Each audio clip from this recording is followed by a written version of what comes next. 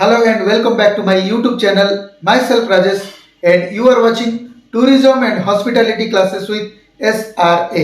आजिर ए वीडियो रे आमे डिस्कशन करिबा 10th स्टूडेंट मानको पय किछि सिलेक्टिव लॉन्ग क्वेश्चन जहा से मानकर आगामी बोर्ड एग्जाम रे आसीबार विशेष संभावना रहिछि। जेमिति कि समस्त जानिछंती एई सेशन रे बोर्ड तरफरु new TH text book student मानको प्रोवाइड करा जायतला। तो सही न्यू टेक्स्ट बुक रू किछि सिलेक्टिव लॉन्ग क्वेश्चन को नेकी आज वीडियो रे मु प्रिपरेशन करिछि आपण मानको पय जोटा आगामी बोर्ड एग्जाम रे नियादी भाव रे हेल्पफुल हो। और एही बाबद रे बहुत स्टूडेंट्स माने यूट्यूब चैनल रे मोर कमेंट करथिले कि न्यू टेक्स्ट बुक रू किछि सिलेक्टिव क्वेश्चन दियंतु जोटा हमें आगामी एग्जाम रे प्रिपेयर करिवु।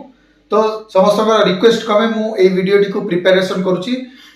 क्षमा करेंगे किंतु ये वीडियो टी बनैया मत टे विलंब है किंतु मु क्वेश्चन गुड़ाक प्रिपेयर कर जोटा आपण मैंने ये चैनल रे 3-4 थर जदि रिपीटली ताकू देखी नेबे तो मु भाबुची आपण मानकर प्रिपरेशन हो जिवो आगामी बोर्ड एग्जाम पाई। तो जो सिलेक्टिव लॉन्ग क्वेश्चंस गुड़ाक ये वीडियो रे मु आपण को प्रेजेंट करूची से गुड़ाक स्किप न करके भल भाव में टे प्रिपेयर करेंगे जोटा आगामी बोर्ड एग्जाम रे आपण मानकु हेल्पफुल हो। पूर्व मोर यूट्यूब चैनल रे 10वीं पिलांक पई सिलेक्टिव क्वेश्चन आंसर रा गोटे वीडियो अपलोड करिछि ताकू मध्य टिके ओवरलुक कर देबे सेटा भी आपण मानकु आगामी बोर्ड एग्जाम पई हेल्पफुल हो। मु सेही वीडियो रो लिंक मोर एई वीडियो रो डिस्क्रिप्शन बॉक्स रे मु निहाती भाव रे देबी सेटा को आपण क्लिक करिकि ताकू मध्य टिके ओवरलुक कर देबे। तेबे आसंतु आज रे वीडियो को स्टार्ट करिबा।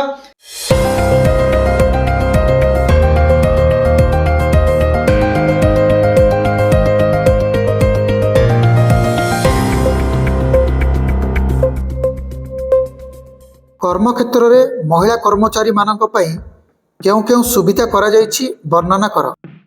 कर्मक्षेत्र में महिला मानक सुविधा पई सुरक्षित परिवेश सृष्टि करिबा जरूरी यथा पृथक शौचालय सुरक्षा पई सीसीटीवी कैमरार व्यवस्था सठिक तालीम एवं विकास परिवहन कार्यकलाप इत्यादि। तेबे कार्यक्षेत्र में महिला मानक मिलुवा विभिन्न सुविधा गुड़िक हेउछि प्रथम सबु समय रे कार्य करुवा महिला कर्मचारी मानक पई संपृक्त विभाग मुख्यंक अनुमोदन क्रमे परिवहन व्यवस्था करा जिबा उचित। द्वितीय पॉइंट रे कर्म पर्याय तालिका बा रोस्टर ड्यूटी को एपरि भाव में प्रस्तुत करने उचित जेपरी शेष कर्मचारी जड़े महिला हो नथिबे। तृतीय पॉइंट रे जो गाड़ी रे महिला कर्मचारी माने यातायात करती से गाड़ी को कंपनी रो सुरक्षा कर्मी सुरक्षा प्रदान करने आवश्यक। यही नियम गुड़िक सबुबेले पालन करने उचित। जदि संभव एक महिला सुरक्षा कर्मी को से गाड़ी रे नियोजित करा उचित जो महिला कर्मचारी माने विशेषकर राति समय रे यातायात करती। चतुर्थ पॉइंट रे देखिबा कंपनी रो कर्मचारी मानकु सुरक्षा प्रदान करुथुबा सुरक्षा कर्मी को मोबाइल फोन एवं समस्त जरूरीकालीन जोगाजोग नंबर प्रदान करा जिबा आवश्यक। पंचम पॉइंट रे प्रत्येक कंपनी रो प्रशासनिक और तदारक कार्य पई थिबा जरूरीकालीन जोगाजोग नंबर रखिबा उचित। षष्ठ पॉइंट कंपनी द्वारा प्रदान करा जाउथो समस्त गाड़ी गुड़िक जरूरीकालीन हेल्पलाइन नंबर प्रदर्शित करा जाइथिबा उचित। सप्तम तथा शेष पॉइंट प्रशासनिक विभाग नियमित व्यवधान रे कार्य रे थिबा गाड़ी चालक मानक पई आचरण संहिता विषय रे आलोचना करिबा उचित। महिला अतिथिंक सह व्यावहारिक शिष्टाचार आवश्यकता विषय रे वर्णना कर। उत्तर महिला अतिथि को हस हस मुखरे अभिवादन जनातु एवं सठिक न बुझिबा पर्यंत हाँ मारंतु नहीं। द्वितीय पॉइंट मु जानी नहीं कदापि कहतु नहीं आपण को जणाइबा पई चेष्टा करूछु बोली कहतु एवं महिला अतिथि सह जुक्ति तर्क करंतु नहीं मधुर और स्पष्ट वचन कहतु। तृतीय पॉइंट होटेल किंबा होटेल रे कार्य करुवा कर्मचारी विरुद्ध रे कहतु नहीं सेमानक सह कथबार्ता करिबा बेले निर्दिष्ट दूरतारे रही महिला मुह को चाही कथबार्ता करंतु। चतुर्थ पॉइंट महिला अतिथि मानक सह ठार रे कथबार्ता किंबा व्यवहार करंतु नहीं सांगिया को उच्चारण करी महिला अतिथि सह आवश्यक हेले कथा हुअन्तु। पंचम पॉइंट महिला अतिथि सह कथबार्ता कला बेले ହାତ ମୁହଁ ଓ ଗୋଡ଼କୁ ହଲାନ୍ତୁ ନାହିଁ। ନିଜକୁ ସର୍ବଦା ଦକ୍ଷ ବୋଲି ମହିଳା ଅତିଥିଙ୍କ ଧାରଣା ସୃଷ୍ଟି କରାନ୍ତୁ ଏବଂ ସର୍ବଦା ମହିଳା ଅତିଥିଙ୍କ ଦକ୍ଷିଣ କଡ଼ ଦେଇ ଯାଆନ୍ତୁ। କର୍ମକ୍ଷେତ୍ରରେ ମହିଳାଙ୍କ ଅଧିକାର ଏବଂ ସମ୍ମାନ ବିଷୟରେ ଲେଖ। ଉତ୍ତର, ପ୍ରଥମ ପଏଣ୍ଟ। କର୍ମକ୍ଷେତ୍ରରେ ମହିଳାଙ୍କ ଅଧିକାର, ସମ୍ମାନ ଏବଂ ସୁରକ୍ଷା ପାଇଁ କମ୍ପାନୀର ନୀତି, କାର୍ଯ୍ୟକ୍ଷେତ୍ରରେ ମହିଳାମାନଙ୍କ ପାଇଁ ସୁବିଧା ଏବଂ ନିରାପତ୍ତା ନିହାତି ଆବଶ୍ୟକ। ଦ୍ୱିତୀୟ ପଏଣ୍ଟ, ସମାନ ସୁଯୋଗ ଏବଂ ଅଣପ୍ରାପ୍ୟତା। ମହିଳାମାନଙ୍କର ଏହି ଅଧିକାର ରହିବା ଆବଶ୍ୟକ, ଯେପରିକି ପୁରୁଷମାନଙ୍କ ଭଳି ସମାନ କାମରେ ସମାନ ଦରମା, ନିଯୁକ୍ତି, ପଦୋନ୍ନତି, ସ୍ୱାସ୍ଥ୍ୟ ଏବଂ ସୁରକ୍ଷାରେ ଯଥେଷ୍ଟ ଧ୍ୟାନ ଦେବା ଉଚିତ।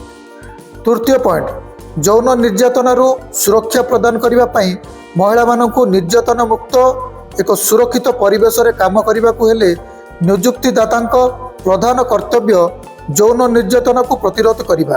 ଚତୁର୍ଥ ପଏଣ୍ଟ, ଆଇନ ଅନୁଯାୟୀ ଏହା ପ୍ରତି ଦୃଢ଼ ପଦକ୍ଷେପ ନେବା ଆବଶ୍ୟକ, ଯେପରିକି କାର୍ଯ୍ୟସ୍ଥଳରେ ଏକ ଆଭ୍ୟନ୍ତରୀଣ ଅଭିଯୋଗ କମିଟି ଗଠନ କରିବା ଓ ଅଭିଯୋଗଗୁଡ଼ିକୁ ସମାଧାନ କରିବା। ପଞ୍ଚମ ପଏଣ୍ଟ, ମହିଳା କର୍ମଚାରୀମାନଙ୍କୁ ଗର୍ଭାବସ୍ଥା ସମୟରେ ପ୍ରସୂତିକାଳୀନ ଛୁଟି ପ୍ରଦାନ କରିବା ଇତ୍ୟାଦି। ଯୌନ ନିର୍ଯାତନା ବା ଉତ୍ପୀଡ଼ନ ପ୍ରତିରୋଧ ସମିତି କ'ଣ? କର୍ମକ୍ଷେତ୍ରରେ ନାରୀମାନଙ୍କ ପ୍ରତି ହେଉଥିବା ଯୌନ ନିର୍ଯାତନା ବିଷୟରେ ମହିଳା କର୍ମଚାରୀମାନେ ଅଭିଯୋଗ କରିପାରିବେ। ସେଥିପାଇଁ ପୋଲିସ ଏକ ବିସ୍ତୃତ କୌଶଳ ଗଠନ କରିଛି।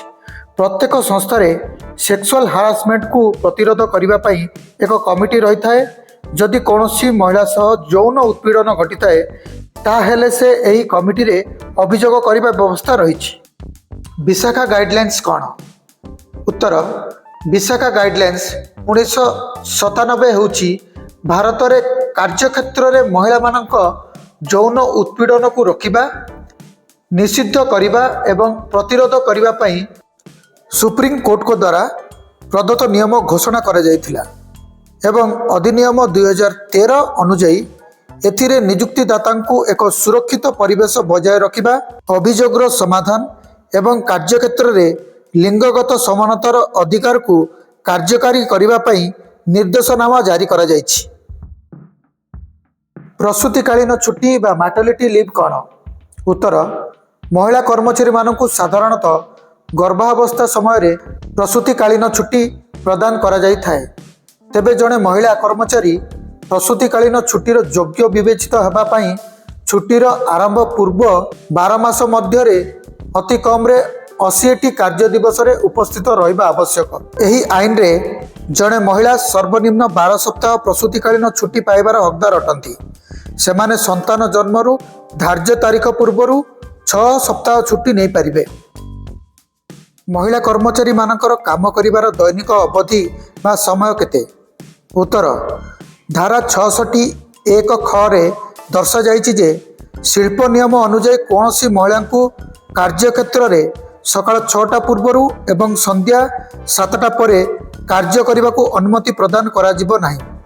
ମହିଳାମାନଙ୍କୁ ସପ୍ତାହରେ 48 ଘଣ୍ଟାରୁ ଅଧିକ ଅର୍ଥାତ୍ ଗୋଟିଏ ଦିନକୁ 8 ଘଣ୍ଟାରୁ ଅଧିକ କାର୍ଯ୍ୟ କରିବା ପାଇଁ ବାଧ୍ୟ କରାଯାଇପାରିବ ନାହିଁ। ଶିଶୁ ପର୍ଯ୍ୟଟକ କାହାକୁ କୁହାଯାଏ? ଶିଶୁ ପର୍ଯ୍ୟଟକଙ୍କ ମନୋରଞ୍ଜନ ପାଇଁ କ'ଣ କ'ଣ ସୁବିଧା ରହିଛି? ଉତ୍ତର, 18 ବର୍ଷରୁ କମ୍ ବୟସର ହୋଇଥିବା ପର୍ଯ୍ୟଟକ ଯିଏ ଅବକାଶ, ମନୋରଞ୍ଜନ, ଶିକ୍ଷା, ତୀର୍ଥଯାତ୍ରା, ପରିବାର ସହିତ ସାକ୍ଷାତ କିମ୍ବା ଅନ୍ୟାନ୍ୟ ଅଣକାର୍ଯ୍ୟ ଉଦ୍ଦେଶ୍ୟରେ ନିଜ ସାଧାରଣ ପରିବେଶ ବାହାରେ ଯାତ୍ରା କରୁଥିବେ, ସେମାନଙ୍କୁ ଶିଶୁ ପର୍ଯ୍ୟଟକ କୁହାଯାଏ। ତେବେ ଶିଶୁ ପର୍ଯ୍ୟଟକଙ୍କ ମନୋରଞ୍ଜନ ପାଇଁ ବିଭିନ୍ନ ସୁବିଧା ରହିଅଛି। ଇନଡୋର ଗେମ୍ସ ଯେପରି swimming pool, puzzle, internet gaming ଇତ୍ୟାଦି। ତାପରେ ଆସିଲା ଆଉଟଡୋର ଗେମ୍ସ ଯେପରିକି କ୍ରିକେଟ, ଫୁଟବଲ, ଭଲିବଲ ଇତ୍ୟାଦି। ସ୍ପେଶାଲ ରେଷ୍ଟୁରାଣ୍ଟ, ଏହିଭଳି ସ୍ଥାନରେ ପିଲାମାନଙ୍କୁ ସେମାନଙ୍କର ମନପସନ୍ଦର ଖାଦ୍ୟ ବ୍ୟବସ୍ଥା ରହିଥାଏ। ଏଠି ସେମାନଙ୍କୁ ସୁହାଇଲା ଭଳି ପରିବେଶ ପ୍ରସ୍ତୁତ କରାଯାଇଥାଏ। ଇଣ୍ଟେଲେକ୍ଚୁଆଲ ପ୍ରପର୍ଟି ରାଇଟ୍ସ ବା ବୌଦ୍ଧିକ ସମ୍ପତ୍ତିର ଅଧିକାର କ'ଣ? IPR ବା ବୌଦ୍ଧିକ ସମ୍ପତ୍ତିର ଅଧିକାର ହେଉଛି ଯେକୌଣସି ବ୍ୟକ୍ତି, ବ୍ୟବସାୟ ଏବଂ ସଂସ୍ଥାଗୁଡ଼ିକୁ ସେମାନଙ୍କର ସୃଜନଶୀଳ, ଅଭିନବ କାର୍ଯ୍ୟ, ଉଦ୍ଭାବନା ଏବଂ ଡିଜାଇନ୍ ଗୁଡ଼ିକୁ ସୁରକ୍ଷା ଦେବା ପାଇଁ ଦିଆଯାଉଥିବା ଆଇନଗତ ଅଧିକାର। ତେବେ ଏହି ଅଧିକାର ସୃଷ୍ଟିକର୍ତ୍ତାମାନଙ୍କୁ ସ୍ୱତନ୍ତ୍ର ଅଧିକାର ପ୍ରଦାନ କରିବା ସହିତ ନିର୍ଦ୍ଦିଷ୍ଟ ସମୟ ପାଇଁ ସେମାନଙ୍କର ବୌଦ୍ଧିକ ସୃଷ୍ଟିର ମାଲିକାନା, ବ୍ୟବହାର, ବିତରଣ ଏବଂ ନିୟନ୍ତ୍ରଣ କରିବାକୁ ଅନୁମତି ଦେଇଥାଏ। ଆଇପିଆର୍ର ଉଦ୍ଦେଶ୍ୟ କ'ଣ? ଉତ୍ତର, ବୌଦ୍ଧିକ ସମ୍ପତ୍ତି ଅଧିକାର ବା ଆଇପିଆର୍ ନୀତିର ପ୍ରାଥମିକ ଉଦ୍ଦେଶ୍ୟ ହେଉଛି ଉଦ୍ଭାବକ ଏବଂ ସ୍ରଷ୍ଟାଙ୍କୁ ଆଇନଗତ ସୁରକ୍ଷା ଏବଂ ଆର୍ଥିକ ପ୍ରୋତ୍ସାହନ ପ୍ରଦାନ କରି ନବସୃଜନ ଏବଂ ସୃଜନଶୀଳତାର ସଂସ୍କୃତିକୁ ପ୍ରୋତ୍ସାହିତ କରିବା। ଏହା ଆର୍ଥିକ ଅଭିବୃଦ୍ଧି ପାଇଁ ଏକ ଉପକରଣ ଭାବରେ କାର୍ଯ୍ୟ କରେ, ସ୍ରଷ୍ଟାଙ୍କ ଅଧିକାରକୁ ବ୍ୟାପକ ଜନସ୍ୱାର୍ଥ ସହିତ ସନ୍ତୁଳିତ କରେ। ଆଇପିଆର୍ ପାରମ୍ପରିକ ଭାବରେ ଦୁଇଟି ପ୍ରମୁଖ ବର୍ଗରେ କିମ୍ବା ରୂପରେ ଗଠନ କରାଯାଇଛି। ପ୍ରଥମଟି ହେଲା ଶିଳ୍ପ ସମ୍ପତ୍ତି ବା ଇଣ୍ଡଷ୍ଟ୍ରିଆଲ ପ୍ରପର୍ଟି ଏବଂ ଦ୍ୱିତୀୟଟି ହେଲା କପିରାଇଟ୍ସ। ତେବେ ଶିଳ୍ପ ସମ୍ପତ୍ତି ବା ଇଣ୍ଡଷ୍ଟ୍ରିଆଲ ପ୍ରପର୍ଟିରେ ପେଟେଣ୍ଟ, ଟ୍ରେଡମାର୍କ, ଶିଳ୍ପ ଡିଜାଇନ୍ ବା ଇଣ୍ଡଷ୍ଟ୍ରିଆଲ ଡିଜାଇନ୍, ଭୌଗୋଳିକ ସଂକେତ ବା ଜିଓଗ୍ରାଫିକାଲ ଇଣ୍ଡିକେସନ୍ସ, ବାଣିଜ୍ୟ ଗୋପନୀୟତା ବା ଟ୍ରେଡ୍ ସିକ୍ରେଟ୍ସ, ଉଦ୍ଭିଦ ପ୍ରକାର ବା ପ୍ଲାଣ୍ଟ ଭେରାଇଟିସ୍।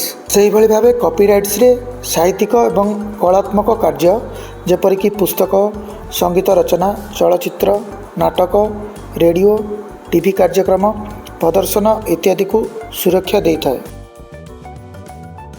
ଆଇପିଆର୍ର ବିଭିନ୍ନ ଉପାଦାନ ଗୁଡ଼ିକ କ'ଣ? ଆଇପିଆର୍ର ବିଭିନ୍ନ ଉପାଦାନ ଗୁଡ଼ିକ ହେଉଛି ପେଟେଣ୍ଟ, କପିରାଇଟ୍ସ, ଟ୍ରେଡମାର୍କ, ଶିଳ୍ପ ଡିଜାଇନ୍ ଅଧିକାର ବା ଇଣ୍ଡଷ୍ଟ୍ରିଆଲ ଡିଜାଇନ୍, ଉଦ୍ଭିଦ ବିବିଧତା ଅଧିକାର ବା ପ୍ଲାଣ୍ଟ ଭେରାଇଟି ରାଇଟ୍ସ, ଭୌଗୋଳିକ ସଂକେତ ଜିଆଇ ବା ଜିଓଗ୍ରାଫିକାଲ ଇଣ୍ଡିକେସନ୍, ବାଣିଜ୍ୟ ଗୋପନୀୟତା ବା ଟ୍ରେଡ୍ ସିକ୍ରେଟ୍, ବାଣିଜ୍ୟ ପୋଷାକ ବା ଟ୍ରେଡ୍ ଡ୍ରେସ୍।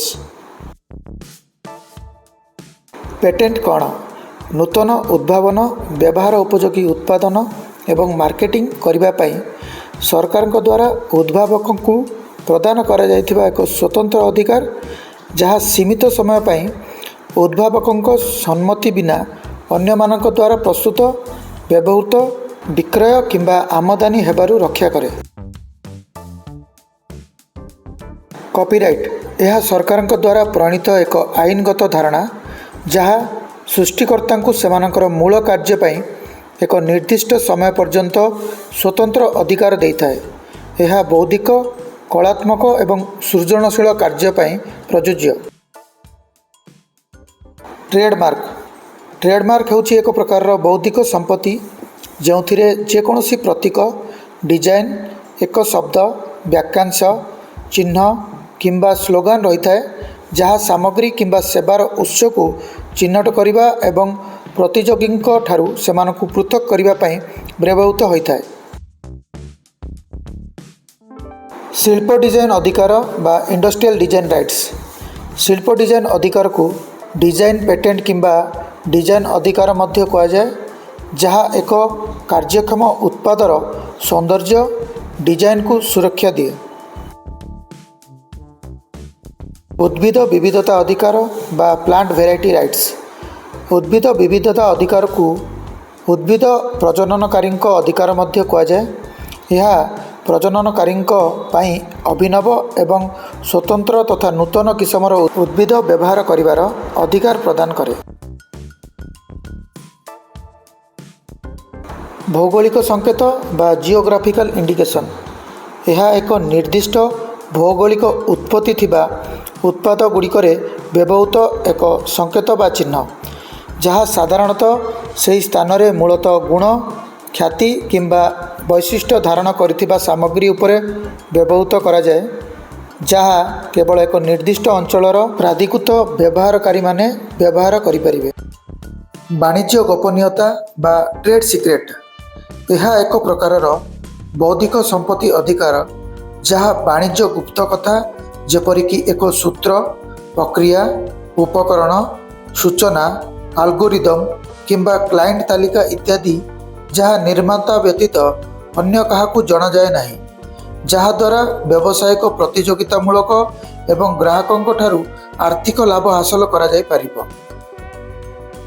ବାଣିଜ୍ୟ ପୋଷାକ ବା ଟ୍ରେଡ୍ ଡ୍ରେସ୍। ଏହା ହେଉଛି ଏକ ପ୍ରକାରର ବୌଦ୍ଧିକ ସମ୍ପତ୍ତି ଅଧିକାର, ଯାହା ଏକ ଉତ୍ପାଦର ସାମଗ୍ରିକ ଡିଜାଇନ୍, ଦୃଶ୍ୟ, ଏହାର ପ୍ୟାକେଜିଂ ଏବଂ ଏହାକୁ ଉପସ୍ଥାପିତ କିମ୍ବା ପ୍ରଦର୍ଶିତ କରିବାର ଉପାୟ। ଏହା ପ୍ରାୟତଃ ଏକ ବ୍ରାଣ୍ଡ କିମ୍ବା ଉତ୍ପାଦର ସ୍ୱତନ୍ତ୍ର ଦୃଶ୍ୟ ଏବଂ ଅନୁଭବକୁ ସୁରକ୍ଷା ଦେବା ପାଇଁ ବ୍ୟବହୃତ ହୁଏ, ଯାହା ଗ୍ରାହକମାନଙ୍କୁ ସମାନ ଉତ୍ପାଦଗୁଡ଼ିକ ଠାରୁ ଚିହ୍ନଟ ଏବଂ ପୃଥକ କରିବାରେ ସାହାଯ୍ୟ କରିପାରେ। ହୋଟେଲ ଶିଳ୍ପରେ ଆଇପିଆର୍ର ଆବଶ୍ୟକତା କ'ଣ? ଆତିଥ୍ୟ ଶିଳ୍ପରେ ଆଇପିଆର୍ ଏକ ପ୍ରମୁଖ ଭୂମିକା ଗ୍ରହଣ କରିଥାଏ।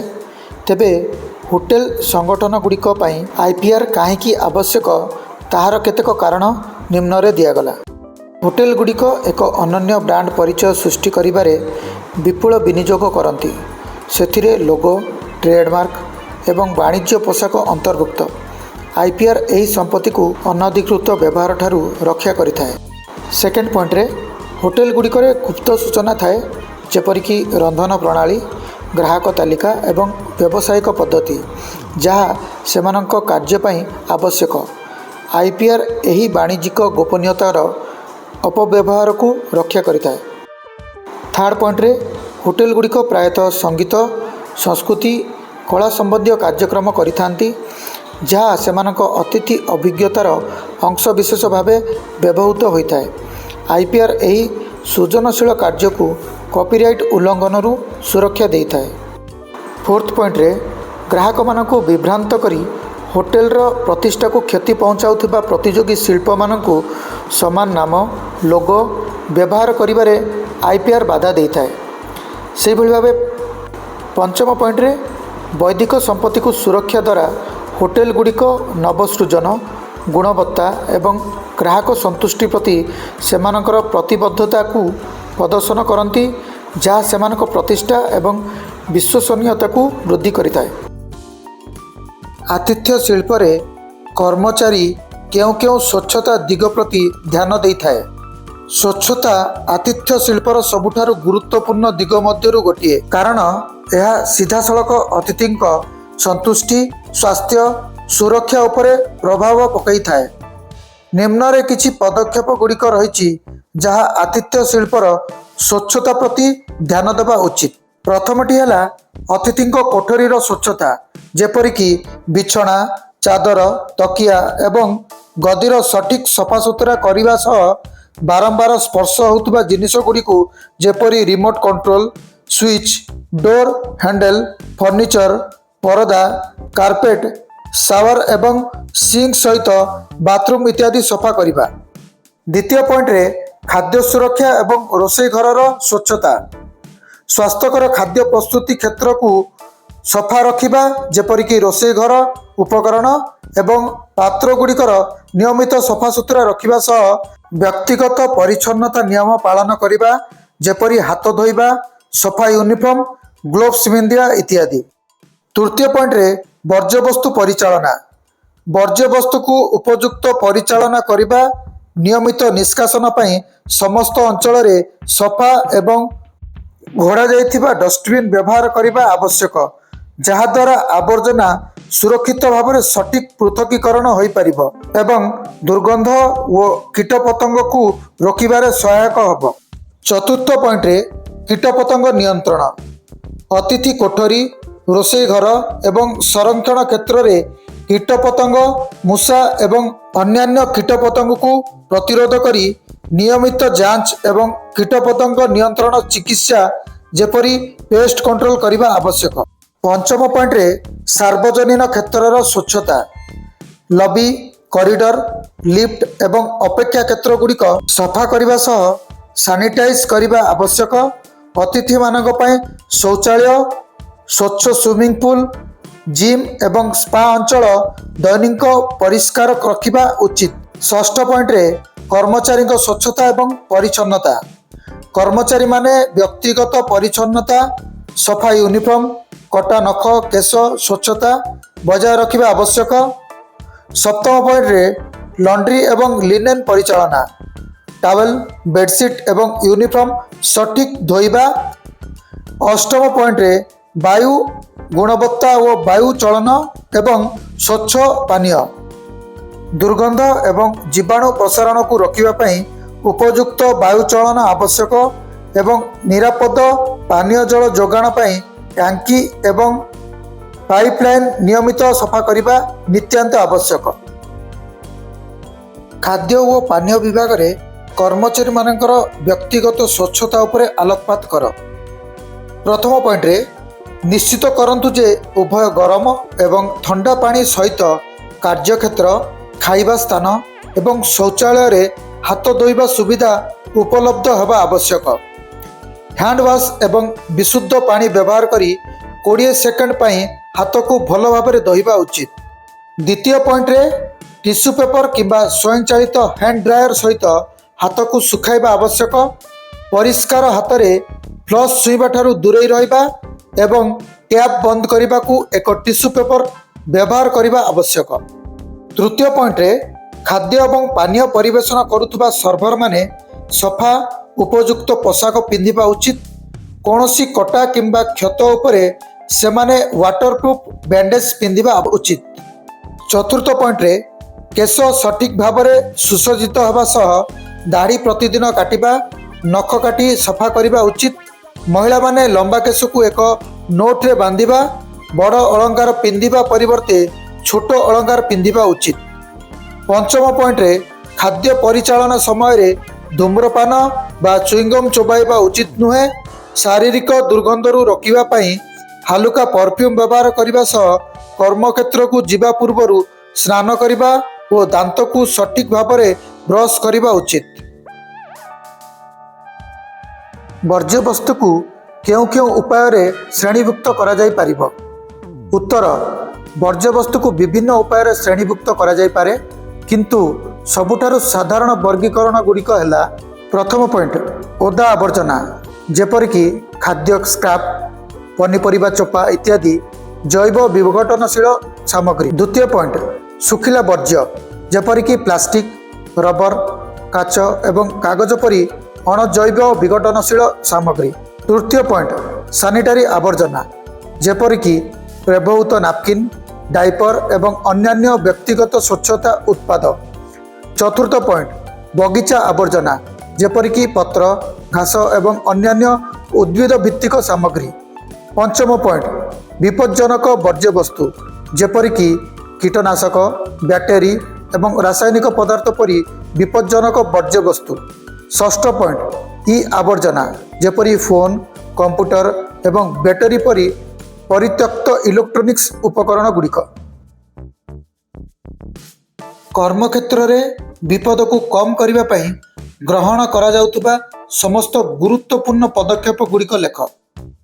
କାର୍ଯ୍ୟସ୍ଥଳରେ ଆଘାତ ଲାଗିବାର ସମ୍ଭାବନାକୁ ହ୍ରାସ କରିବା ପାଇଁ ଆବଶ୍ୟକ ପଦକ୍ଷେପ ନିଆଯିବା ଆବଶ୍ୟକ।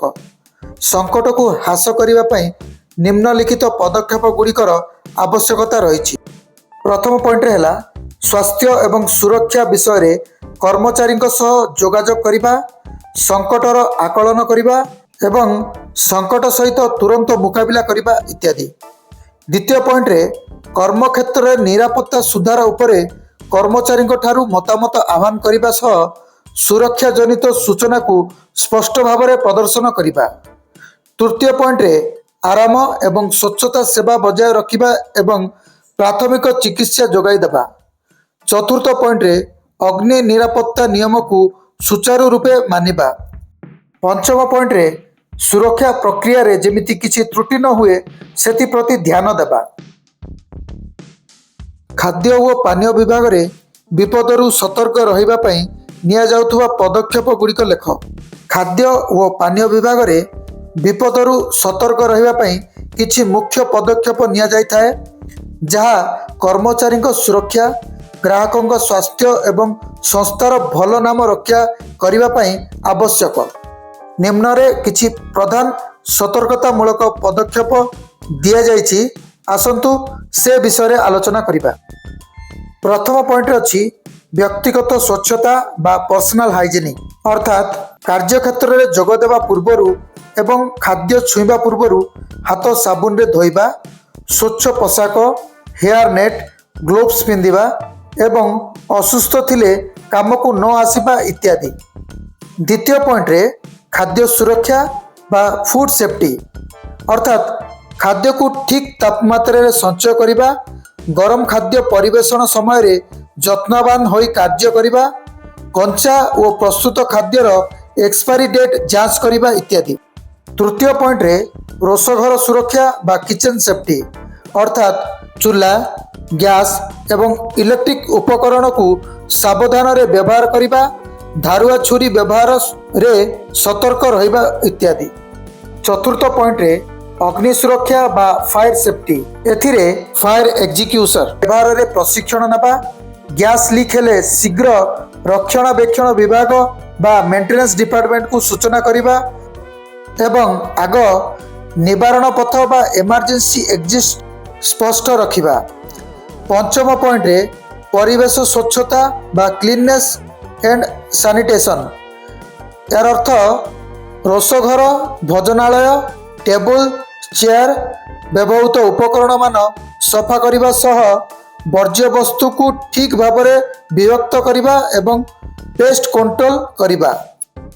ଷଷ୍ଠ ପଏଣ୍ଟରେ କର୍ମଚାରୀ ପ୍ରଶିକ୍ଷଣ ବା ଷ୍ଟାଫ୍ ଟ୍ରେନିଂ, ନିୟମିତ ଭାବରେ କର୍ମଚାରୀମାନଙ୍କୁ ସେଫ୍ଟି ଟ୍ରେନିଂ ଦେବା, ଜରୁରୀକାଳୀନ ପରିସ୍ଥିତି ସମୟରେ କିପରି ନିଜର ଏବଂ ଅନ୍ୟମାନଙ୍କୁ ସୁରକ୍ଷା ପ୍ରଦାନ କରିପାରିବେ ସେ ବିଷୟରେ ପ୍ରଶିକ୍ଷଣ ଦେବା ଉଚିତ।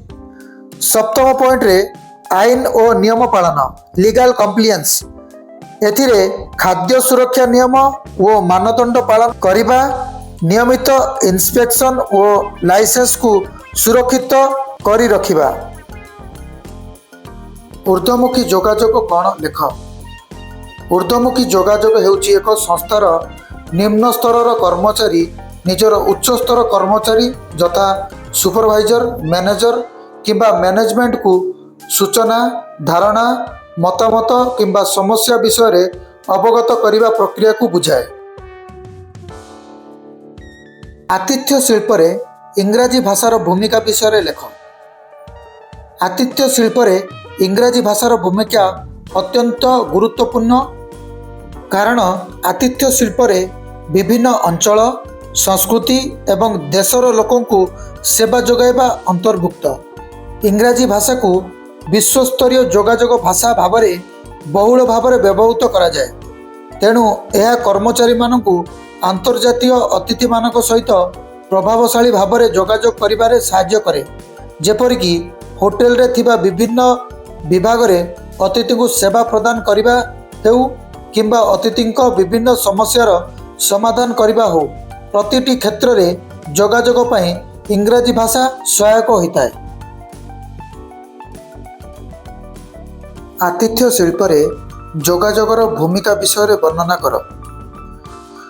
ଯୋଗାଯୋଗ ହେଉଛି ଆତିଥ୍ୟ ଶିଳ୍ପର ମୂଳଦୁଆ, ଯାହା ଅସାଧାରଣ ଅତିଥି ଅଭିଜ୍ଞତା ସୃଷ୍ଟି କରିବା, ନିର୍ବିଘ୍ନ ଆଭ୍ୟନ୍ତରୀଣ କାର୍ଯ୍ୟ ସୁନିଶ୍ଚିତ କରିବା ଏବଂ କର୍ମଚାରୀଙ୍କ ବିଶ୍ୱସ୍ତତା ଗଠନ କରିବା ପାଇଁ ଆବଶ୍ୟକ। ଏହା ବ୍ୟକ୍ତିଗତ, ସକ୍ରିୟ ପାରସ୍ପରିକ କ୍ରିୟା ମାଧ୍ୟମରେ ଅତିଥି ସନ୍ତୁଷ୍ଟିକୁ ପରିଚାଳନା କରେ ଏବଂ ତ୍ରୁଟି ହ୍ରାସ, ଦ୍ୱନ୍ଦ୍ୱ ସମାଧାନ ଏବଂ ପାରସ୍ପରିକ ସାଂସ୍କୃତିକ ବୁଝାମଣାକୁ ସହଜ କରିଥାଏ। ତେବେ ଆତିଥ୍ୟ ଶିଳ୍ପରେ ଯୋଗାଯୋଗର ନିମ୍ନଲିଖିତ ଭୂମିକା ରହିଛି। ପ୍ରଥମ ପଏଣ୍ଟ ହେଲା ଉନ୍ନତ ଅତିଥି ଅଭିଜ୍ଞତା। ପ୍ରାରମ୍ଭିକ ବୁକିଂ ଠାରୁ ଚେକ୍ଆଉଟ୍ ପର୍ଯ୍ୟନ୍ତ ସ୍ପଷ୍ଟ ଯୋଗାଯୋଗ ଅତିଥିମାନଙ୍କୁ ସ୍ୱାଗତ ଏବଂ ମୂଲ୍ୟବାନ ଅନୁଭବ କରାଏ। ଦ୍ୱିତୀୟ ପଏଣ୍ଟରେ କାର୍ଯ୍ୟକ୍ଷମ ଦକ୍ଷତା ଏବଂ ସମନ୍ୱୟ। ଆତିଥ୍ୟ ଶିଳ୍ପରେ ଥିବା ବିଭାଗଗୁଡ଼ିକ ମଧ୍ୟରେ ଦୃଢ଼ ଯୋଗାଯୋଗ ସହ ତ୍ରୁଟିଗୁଡ଼ିକୁ ରୋକେ, ସୁଗମ କାର୍ଯ୍ୟ ପ୍ରବାହ ନିଶ୍ଚିତ କରେ ଏବଂ ଦୃଢ଼ ସମସ୍ୟା ସମାଧାନ କରିଥାଏ। ତୃତୀୟ ପଏଣ୍ଟରେ ସୁରକ୍ଷା ଏବଂ ବିପଦ ପରିଚାଳନା। ସଠିକ୍ ସମୟୋଚିତ ଯୋଗାଯୋଗ, ବିଶେଷ କରି ସ୍ୱାସ୍ଥ୍ୟ ଏବଂ ଜରୁରୀକାଳୀନ ପରିସ୍ଥିତି ସମ୍ପର୍କରେ ଅତିଥି ଏବଂ କର୍ମଚାରୀ ଉଭୟଙ୍କ ପାଇଁ ଏକ ସୁରକ୍ଷିତ ପରିବେଶ ସୁନିଶ୍ଚିତ କରେ। ଚତୁର୍ଥ ପଏଣ୍ଟରେ କର୍ମଚାରୀଙ୍କ କାର୍ଯ୍ୟଦକ୍ଷତା। ପରିଚାଳନା ଏବଂ କର୍ମଚାରୀଙ୍କ ମଧ୍ୟରେ ସ୍ପଷ୍ଟ ଦ୍ୱିପାକ୍ଷିଆ ଯୋଗାଯୋଗ ମନୋବଳକୁ ବୃଦ୍ଧି କରେ ଏବଂ ସେମାନଙ୍କର ଭୂମିକା ଓ ଲକ୍ଷ୍ୟକୁ ବୁଝିବା ନିଶ୍ଚିତ କରେ। ପଞ୍ଚମ ପଏଣ୍ଟରେ ବିଶ୍ୱସ୍ତତା ଏବଂ ବ୍ରାଣ୍ଡ ମୂଲ୍ୟ ନିର୍ମାଣ। ସକ୍ରିୟ ଯୋଗାଯୋଗ, ଯେପରିକି ଅଭିଯୋଗଗୁଡ଼ିକୁ ପ୍ରଭାବଶାଳୀ ଭାବରେ ପରିଚାଳନା କରିବା, ଯାହାଫଳରେ असंतुष्ट अतिथि मानकु विश्वस्त पुनरावृत्ति ग्राहक परिणत करे। व्यवहारिक शिष्टाचार कौन? व्यवहारिक शिष्टाचार अर्थ हेउची सामाजिक नियम एवं मानदंड जहाँ विभिन्न परिस्थिति रे जड़े व्यक्ति किपरि भद्र एवं सम्मानर सहित व्यवहार करे ताहाकु सूचाए। यह द्वारा जड़े व्यक्ति किपरि अन्य मानक सहित कथबार्ता करिपरिबो, काम करिपरिबो, जहाँ ताकु समाज रे एक सकारात्मक भावना सृष्टि करिबा सह समन्वय बजाय रखिबारे साहाय्य करे। कर्म क्षेत्र रे सहकर्मी सह जोगाजोग किपरि रक्षा करा जाए। सहकर्मी सह उत्तम बुझामणा ओ जोगाजोग उभयों मध्य दूरता कमाई थाए ओ बंधुता बढ़ाई थाए। यही बंधुता दृढ़ करने निम्न मते सजग रहिबा आवश्यक। प्रथम पॉइंट रे सक्रिय भाव में श्रवण करने और सावधानतार सहित मुहांमुही कथबार्ता हवा आवश्यक। द्वितीय पॉइंट रे समालोचना को गठनमूलक भाव में ग्रहण करने एवं व्यक्तिगत भाव कथा हवा किंतु अनावश्यक भाव नुहे। तृतीय पॉइंट रे जोगाजोगर उचित माध्यम सहित प्रजुक्ति विद्यार शिष्टाचार जानिबा। चतुर्थ पॉइंट रे सहकर्मी मानकु केउ विषय वस्तु किपरि आलोचना करिबा सेथि प्रति सतर्कता अवलंबन करिबा। पंचम पॉइंट रे क्षुद्र सहज एवं स्पष्ट भाव में कहिबा ओ लिखिबा। आई होप एई वीडियोटी दशम टीएस पिलांक पई निहाती भाव में आगामी बोर्ड एग्जाम रे हेल्पफुल हबो एंड समस्त स्टूडेंट्स को आगामी बोर्ड एग्जाम पई बेस्ट ऑफ लक। वीडियोटी जदि भल लगी लाइक करेंगे, कमेंट करी निजर मतामत जनइबे एवं वीडियोटी को निज फ्रेंड सर्कल रे निश्चित भाव में शेयर करेंगे और यही भाव टीएच रिलेटेड वीडियोस पई मो चैनल को सब्सक्राइब करने को भूलिबे नहीं। आज वीडियो रे एतिकी पुणी देखा एक नुआ कंटेंट को लेकिन धन्यवाद।